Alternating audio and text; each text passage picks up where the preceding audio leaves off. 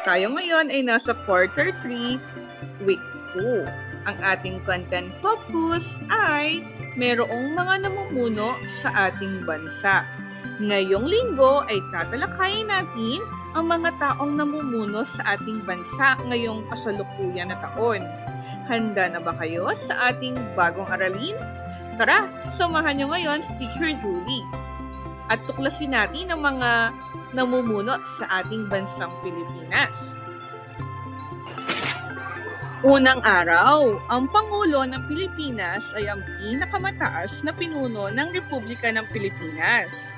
Siya rin ang punong komandante o Commander-in-Chief ng Sandatahang Lakas ng Pilipinas.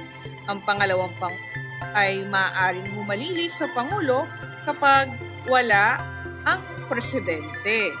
Ang tungkulin ng Pangulo ay pamunuan niya ang kanyang nasasakupan na bansa, pangalagaan ng kapakanan ng bansa, tugunan ang bawat hinaing ng mga mamamayang kanyang nasasakupan, lalo na ang mga nasalanta ng kalamidad o bagyo o sakuna.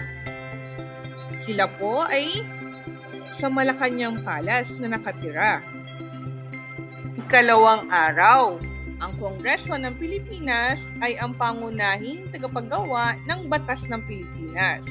Isa itong lupong bicameral na binubuo ng mataas na kapulungan o ang Senado.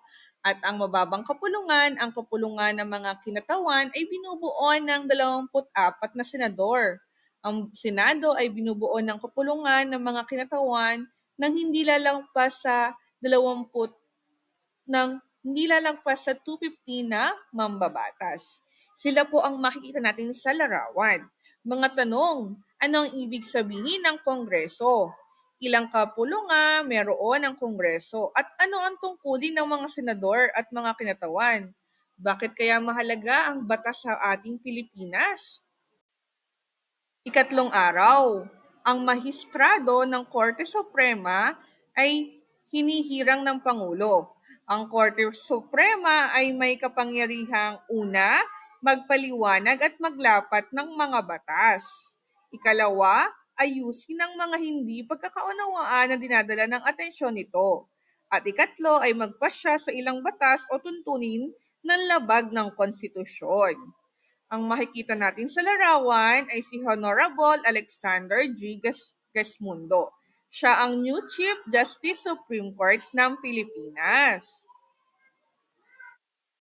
Ika-4 na araw, ang mga namumuno sa panlalawigan at lokal na pamahalaan ay nabibilang sa ehekutibong sangay ng pangangalaga ng DILG.